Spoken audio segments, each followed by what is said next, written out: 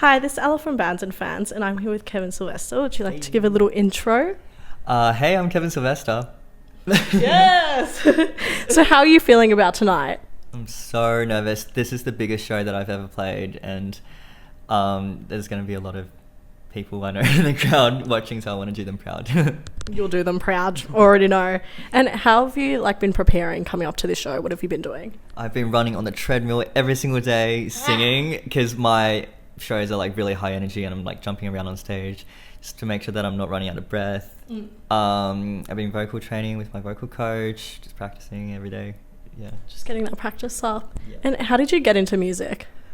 I was forced into music as a child. When my mum forced me to play piano when I was 4, and then now it's still with me. So just stuck with you. Yeah, but then I started learning other instruments throughout high school as kind of a rebellion against piano, because I hated that so much. So I started banging on the drums and started learning guitar.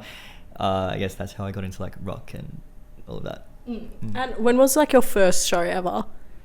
I didn't play a show until last year. It was a super small show at the front bar of Bergie. Yeah. In a box. Probably 15 people came to that. There's always a start. There's always a start to something. Yeah. And what's your creative process like? I always just get random lyrics and melodies pop up into my head at random times of the day. Sometimes super inconvenient that I have to just grab my phone and voice memo it or write things down. When I'm driving or whatever, and then I go back to it when I'm in a studio or when I have access to a guitar or piano. Yeah. And what lyric of yours means the most to you? I think in Stranger, in the second verse, that goes my older brother lives in glamour. He's a criminal defense and naval lawyer. They say don't succumb to societal pressure, but I still feel like a failure. Because I showed it to my brother, and then he totally didn't pick up on it at all. That just happens to be the case with everyone that I write songs about. I show the songs to them and they never know that it's don't pick it up. Yeah. I feel like it's like that. I'm kind of not surprised by that. Yeah. And you recently released an album, which is amazing, called O2. How did that come together? Ooh, so I actually started writing the songs 6-ish years ago. The first song, called Sleepwalker, I wrote when I was in high school. And then back in the day, I was kind of an EDM producer. So this was a completely different song back then. And then it's gone through so many different versions, and it's finally landed on the version that it is now. But it's just a collection of the songs over the years, and during a really turbulent time of my life, growing into my, young adulthood. And and then I brought it into the studio with my producers, Ace and Brody, and we collated the songs together. Yeah. Is there anything you'd take away from making that album? Probably just write everything down, because you don't know when you're gonna use a lyric or use a melody. It's some of the lyrics or verses that I've written are just a compilation of things that I've written over the years, but the sentiment has been the same. Yeah. So when you compile them all into one song, it's just kind of a concise feeling. That's, I think. Yeah. And what's your favourite song off of that album? Bad Omen. Bad Omen is it's just so boppy. I can't, every time I hear that song, I'm just in such a good mood. But I'm super critical of myself, so I can't really listen to my music that much, especially having to rehearse all the time as well, having to listen to my songs. But I never get sick of Bad Omen. It's just it's too good. It's so good. I have to admit, it's just the bop of the century. Obviously, song of the year for real. And do you have any pre-show rituals? With my band, we do 1, 2, 3, Delulu. Makes no sense. I love that. Yeah. I love that, honestly. Yeah.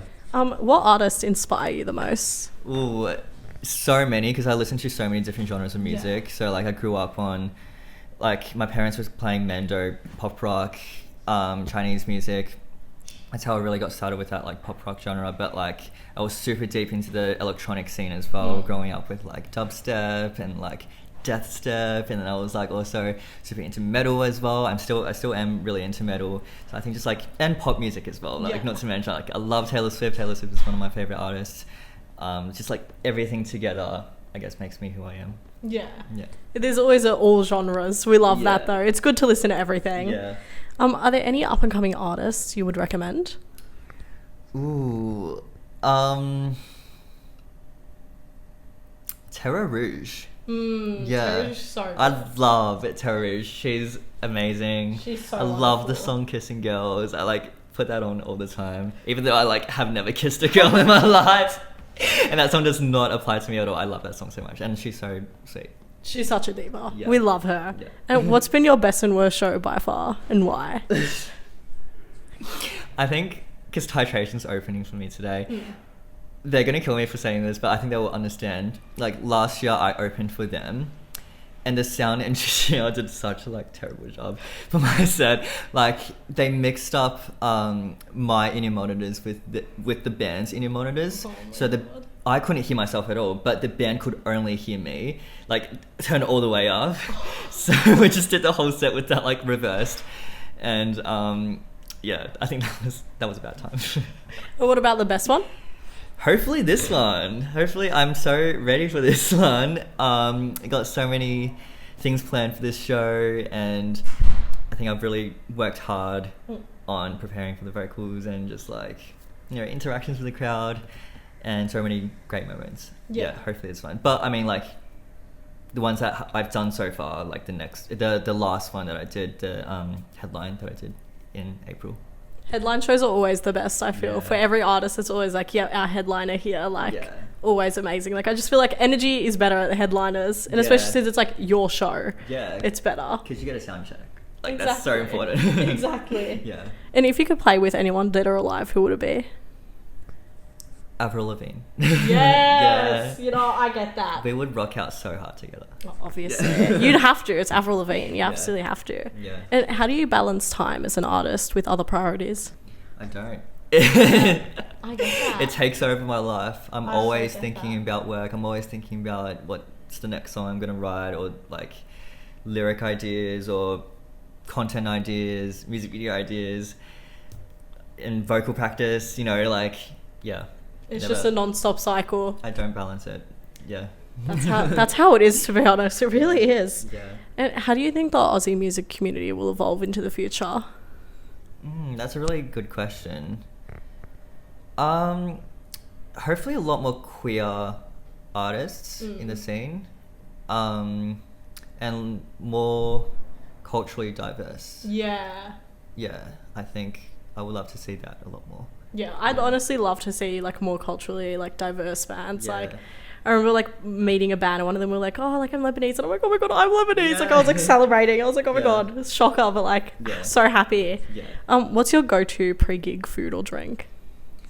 I have TMI. I have acid reflux, so I can't eat anything like too oily or like too intense. So, salad. You know what? We love that. We love a great salad. Yeah. Healthy king. We love it. Yeah, if I eat anything Yes. too oily, it's just like I'm gonna burp up acid. Yeah, I get that. Sorry. If you made a rumor about yourself, what would it be? That I'm dating Troye Sivan. I don't know. You know what? I feel like that's a lot of people's dreams. I don't. No, dating Harry Styles. Sorry. Yeah. There you go. And Even then maybe better. I can make it come true. And what's your favorite Coles aisle? Cool. Coles aisle, like the grocery Coles store. aisle. Yeah, I know, really random. It's just a tradition. The skincare aisle, I think. Yeah, I get a lot of skincare from Coles actually.